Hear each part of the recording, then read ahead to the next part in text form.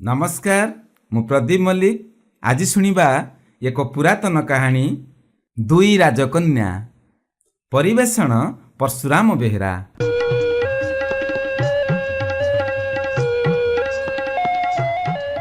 बहुकाल पूर्वे आम भारतवर्षर अन्य एक समृद्धिशाली राज्य थिला सिंधु प्रदेश। सिंधु प्रदेशर राजा दाहिरींकर रावर दुर्गरे बहु गुणी ओ प्रतिभाधर मानकर आदर।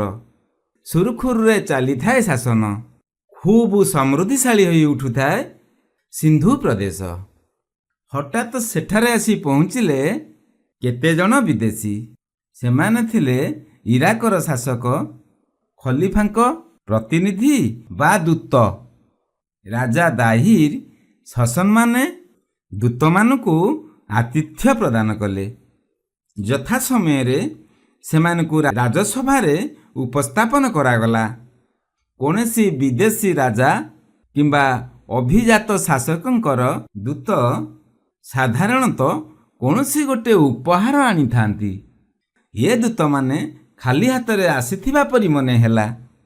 सेमानकर मुखिया निज पकेट भितरु बाहर कले खंडिए चिठी।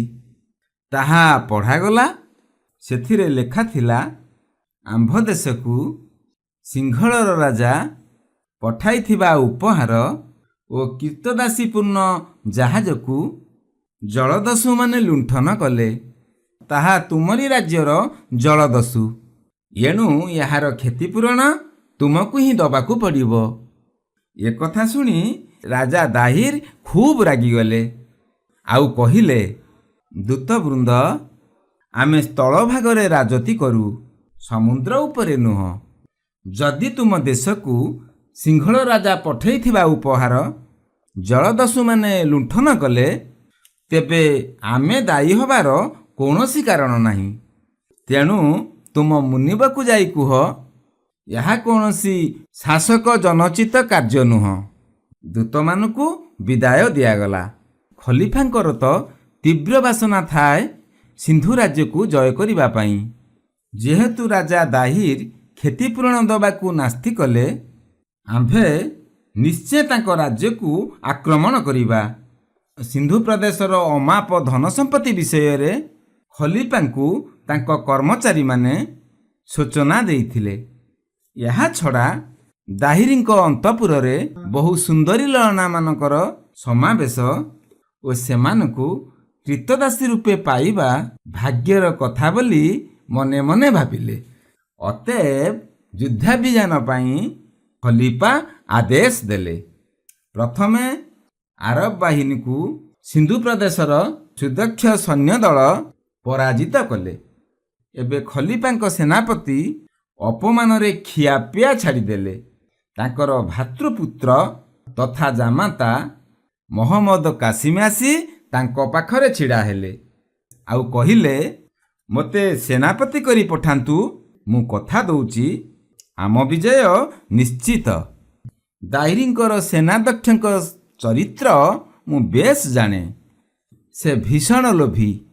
ताकू उत्कच ओ किछि मिथ्या प्रतिश्रुति द्वारा वशीभूत करिबा कष्टकर हब नाही। सेनापतिंकर आखि उजली उठिला। से चाहुथिले जामाता तरुण वीर कासिम खलीफांक नजरकु आसंतु। विपुल सैन्यबाहिनी प्रेरित हेले उभय स्थल और जल पथरे। मात्र 21 वर्ष वयस्क मोहम्मद कासिम विचक्षण सेनापति ओ कूटनीतिज्ञ। से दाहिरींकर सेनाध्यक्ष को बस करिनेले। ठीक युद्ध लगिबा मुहूर्त रे सेनाध्यक्ष विश्वासघातकता करी शत्रु पक्षरे जोग देले। स्वयं राजा दाहिर सेनाध्यक्ष भावरे प्रतिरक्षा लड़ई परिचालना कले। से जेउ हाथी उपरे बसिथिले दुर्मूल्य मोटा रेशम आसन रे तार पृष्ठदेश थला सज्जित। आरब माने गोटे आग्नेय तीर निक्षेप करन्ते से आसन जली उठिला। राजा हाथीरू ओल्हेई पड़िबा अवस्थारे जने बर्बर तांको हत्या कला। राजांको मृत्यु ही सिंधु राज्यर पराजय सूचना करिबा कथा। କିନ୍ତୁ ତାଙ୍କର ରାଣୀ ବାହାରି ଆସି ସୈନ୍ୟବାହିନୀର ନେତୃତ୍ୱ ନେଲେ। ଯୁଦ୍ଧ ଅବ୍ୟାହତ ରହିଲା, କିନ୍ତୁ ବିଶ୍ୱାସଘାତକ ସେନାପତି ଦୁର୍ଗ ଭିତରକୁ ପଶିବାର ଗୋପନ ପଥ କାସିମକୁ ଜଣେଇ ଦିଅନ୍ତେ ରାଣୀ ପ୍ରତିରକ୍ଷାରୁ କ୍ଳାନ୍ତ ହୋଇ ଅନ୍ତପୁରକୁ ଅପସରି ଗଲେ। ବର୍ବରମାନେ ମାଡ଼ି ଆସୁଛନ୍ତି। ରାଣୀ ନିର୍ଦ୍ଦେଶ ଦେଲେ, ଯେଉଁମାନେ ଇଜ୍ଜତ ବଜାଇ ରଖି ପରପାରିକୁ ଯିବାକୁ ପ୍ରସ୍ତୁତ, ତାହେଲେ ତୁରନ୍ତ ଚାଲିଆସ। ଅନ୍ତପୁର ଭିତରକୁ ପଶି ଆସିଲେ ଶତାଧିକ ମହିଳା। ଦ୍ୱାର ବନ୍ଦ କରାଗଲା। ପର ମୁହୂର୍ତ୍ତରେ ଦାଉ ଦାଉ ଜଳି ଉଠିଲା ସେ ମହଲ। ହତାଶରେ ଭାଙ୍ଗି ପଡ଼ିଲା କାସିମ। ସୁନ୍ଦରୀମାନଙ୍କୁ କୀର୍ତ୍ତଦାସୀ ବନାଇ ସେ ଖଲିପାଙ୍କୁ ଉପହାର ଦେବା କଥା। ଖଲିପାଙ୍କର ଅନୁମତି ହେଲେ ସେଥିରୁ କେତେଜଣଙ୍କୁ ନିଜ ଶ୍ୱଶୁର ଓ ମହାଶୟଙ୍କ ପାଖକୁ ନେଇ ଆସିବା କଥା। କିନ୍ତୁ ସମସ୍ତ ସୁନ୍ଦରୀ ତ ପାଉଁଶରେ ପରିଣତ ହୋଇଗଲେ। ସେତିକିବେଳେ ଦାହିରୀଙ୍କର ବିଶ୍ୱାସଘାତକ ସେନାପତି ତାଙ୍କୁ ଦେଲେ ଆଶ୍ୱାସନା। ଅସଲ ସୁନ୍ଦରୀ 2 ଜଣ ଗୋଟିଏ କୋଠରୀରେ ଲୁଚି ରହିଛନ୍ତି। ଖାଲି ସୁନ୍ଦରୀ ନୁହନ୍ତି, ରାଜକୁମାରୀ। ରାଜା ଦାହିରୀଙ୍କର 2ଟି କନ୍ୟା। ସେମାନେ ବନ୍ଦିନୀ ହେଲେ। କାସିମ ସେମାନଙ୍କୁ ଦେଖିଲେ। ହଁ, ଖଲିପାଙ୍କୁ ଭେଟିଦେବା ପରି ବସ୍ତୁ 2ଟି। ସିନ୍ଧୁ ପ୍ରଦେଶରୁ ଲୁଣ୍ଠିତ ଐଶ୍ୱର୍ଯ୍ୟ ସହ କେତେ ହଜାର ବନ୍ଦୀ ନରନାରୀଙ୍କୁ ଶୋଭାଯାତ୍ରାରେ ନିଆଗଲା। ଅନେକ ପଥ ମଧ୍ୟରେ ପ୍ରାଣତ୍ୟାଗ କଲେ। ଶୋଭାଯାତ୍ରାରେ ଥିବା ନାନାଦି ବସ୍ତୁର ଅନ୍ତର୍ଭୁକ୍ତ ଥିଲା ରାଜା ଦାହିରୀଙ୍କର ଛିନ୍ନ ମୁଣ୍ଡ। ଖଲିପାଙ୍କ ପାଖରେ ରାଜା ଦାହିରୀଙ୍କ ମୁଣ୍ଡ ତଥା ବିପୁଳ ଧନରତ୍ନ ସହ 2 ରାଜକନ୍ୟାଙ୍କୁ ଉପସ୍ଥାପନ କରାଗଲା। ଖଲିପା ପ୍ରଥମେ ଧନରତ୍ନ ଉପରେ ମନୋନିବେଶ କଲେ। ଗନ୍ତା ଘରେ ପୈଠ ହେବା ଅନ୍ତେ ଦିନେ ସନ୍ଧ୍ୟାରେ ନିଜ ବିଳାସ କକ୍ଷ ଭିତରକୁ 2 ବନ୍ଦିନୀ ରାଜକନ୍ୟାକୁ ଡକାଇଲେ। ମୁଖ୍ୟ ଦାସୀ ସେମାନଙ୍କୁ ନେଇ ଆସି ସେମାନଙ୍କ ମୁଖାବରଣ ଉନ୍ମୋଚନ କଲା। ନିଜ ଆଖିକୁ ବିଶ୍ୱାସ କରିପାରିଲେ ନାହିଁ ଖଲିପା। ସେଭଳି ସୌନ୍ଦର୍ଯ୍ୟର ବର୍ଣ୍ଣନା ବି କୌଣସି କବି କଣ୍ଠରେ ନିଃସୃତ ହୋଇନାହିଁ। ଦେଖିବା ତ ଦୂରର କଥା। ଖଲିପା ଆବାହନ କଲେ, ଆସ ଆସ। ଦାସୀ 2 କନ୍ୟାକୁ ଖଲିପାଙ୍କ ଆଡ଼କୁ ଠେଲି ଦିଅନ୍ତେ ଜ୍ୟେଷ୍ଠ କନ୍ୟାଟି କହିଲା, ହେ ମହାମହିମ, ଆପଣଙ୍କ ସେବାରେ ଲାଗିବା ଆମର ଭାଗ୍ୟ। କିନ୍ତୁ ଗୋଟିଏ କଥା ନ ଜଣେଇ ରହିପାରୁନି। ଆପଣଙ୍କର ସେନାପତି କାସିମ ଯଦି ଆମକୁ ଆଣି ଆପଣଙ୍କୁ ଭେଟିଦେବା କଥା, ତେବେ ପ୍ରଥମେ ସେ ନିଜେ ଆମକୁ 3 ରାତି କାଳ ତା ଶିବିରରେ କଟେଇବାକୁ ବାଧ୍ୟ କଲା କେଉଁ ବିବେକରେ? ଆଚ୍ଛା, ଚିତ୍କାର କଲେ ଖଲିପା। ଈର୍ଷା ଓ କ୍ରୋଧରେ ଥରି ଥରି ତତ୍କ୍ଷଣାତ ସେ ନିର୍ଦ୍ଦେଶନାମା ପଠାଇଲେ, ନିଜ ହାତରେ ଲେଖି। ଚମଡ଼ା ଖୋଳ ଭିତରେ କାସିମର ମୃତଦେହ ଆସି ତାଙ୍କ ପାଖରେ ପହଞ୍ଚିବା ଚାହି କାସିମକୁ ଈର୍ଷା କରୁଥିବା ଲୋକମାନଙ୍କର ଅଭାବ ନଥିଲା। ଖଲିପାଙ୍କର ନିର୍ଦ୍ଦେଶ ଅଚିରେ କାର୍ଯ୍ୟକାରୀ ହେଲା। ଜୀବନ୍ତ କାସିମକୁ କଞ୍ଚା ଚମଡ଼ା ଖୋଳ ଭିତରେ ପୂରେଇ ସିଲେଇ କରାଗଲା। ସେ ନିଜେ ସେଥିରେ ସହଯୋଗ କଲେ ପ୍ରଭୁଭକ୍ତ ସେନାପତି। ସେ ଅଦ୍ଭୁତ ବକ୍ତା ଆସି ଖଲିପାଙ୍କ ଦରବାରରେ ପହଞ୍ଚିଲା। 2 ରାଜକନ୍ୟାକୁ ଡକାଗଲା। ଆଉ ଖଲିପା ଚିତ୍କାର କରି କହିଲେ, ହେଇ ଦେଖ, ସେ ବେଇମାନ କାସିମର ଶେଷ ପରିଣତି। ଏହାପରେ ସେ ଯେଉଁ ଚମଡ଼ା ଖୋଳକୁ ଖୋଲିବାର ନିର୍ଦ୍ଦେଶ ଦିଆଗଲା, ତା ଭିତରୁ ପ୍ରକଟିତ ହେଲା ସେନାପତି କାସିମର ମୃତଦେହ। ହସିଲେ 2 ରାଜକନ୍ୟା। କହିଲେ, ଖଲିପା, ତମେ ନିର୍ବୋଧ। ବିଚରା କାସିମ ଆମକୁ ଛୁଇଁ ବି ନଥିଲା। ତେବେ ଆମେ ଆମ ପିତୃହନ୍ତାର ଆଉ ଆମ ସୁନ୍ଦର ରାଜ୍ୟ ଛାରଖାର ହେବାର ଏକମାତ୍ର କାରଣ ଏଇ କାସିମକୁ ଛଳନାର ଆଶ୍ରୟ ନେଇ ହତ୍ୟା କରି ଆମେ ପ୍ରତିଶୋଧ ନେଇଛୁ। ଏକଥା ଶୁଣି ଖଲିପା ରାଗରେ ଥରି ଉଠିଲେ। ନିଜ ହାତକୁ କାମୁଡ଼ି ରକ୍ତାକ୍ତ ହେଲେ। କାରଣ ସେହି ହାତରେ ସେ କାସିମର ନିଧନ ପାଇଁ ନିର୍ଦ୍ଦେଶନାମା ଲେଖିଥିଲେ।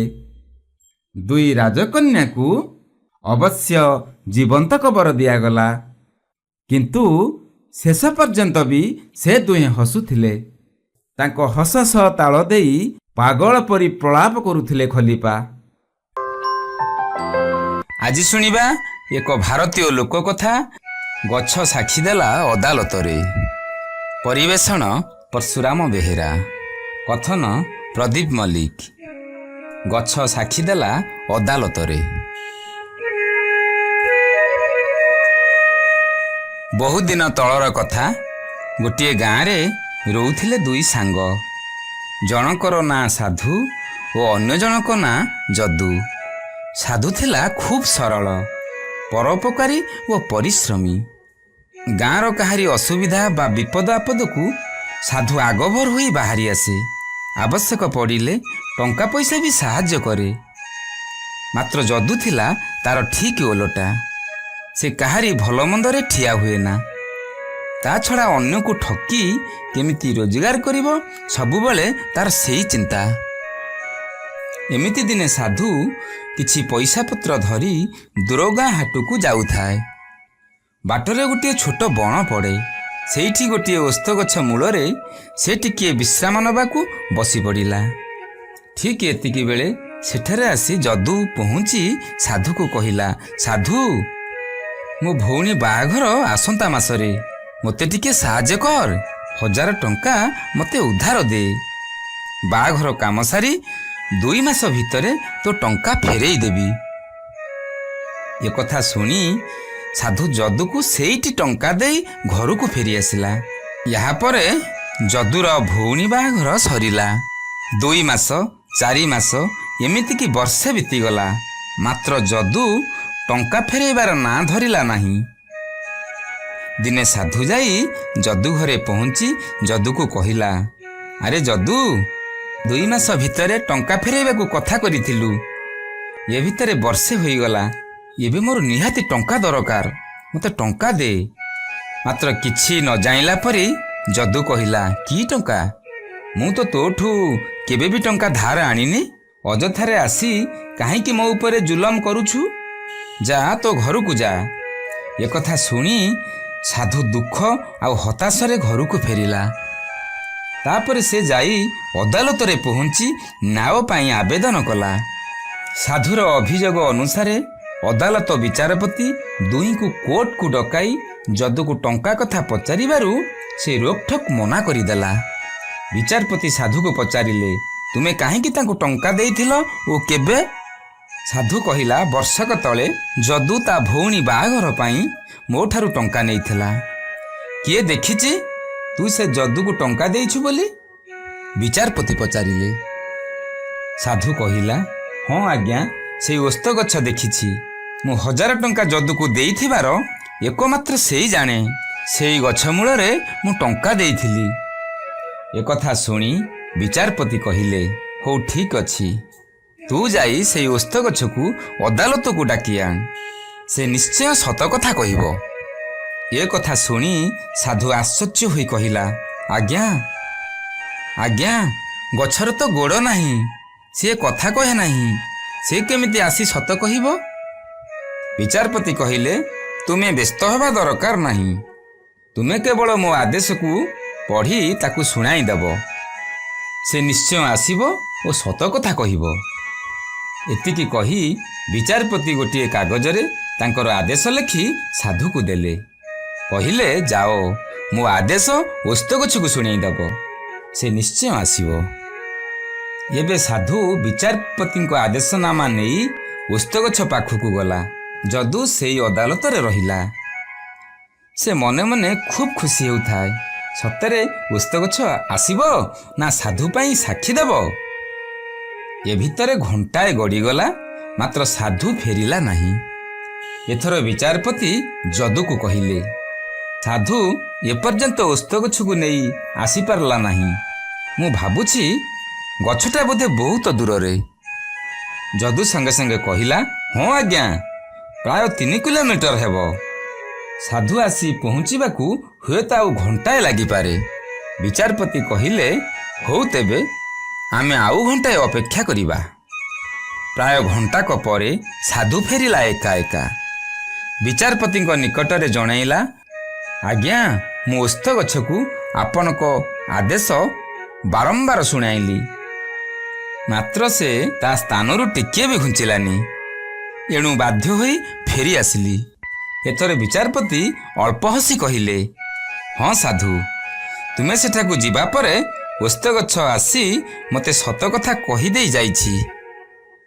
ମୁଁ ଏ ଘଟଣାର ସତ୍ୟତା ଜାଣିପାରୁଛି।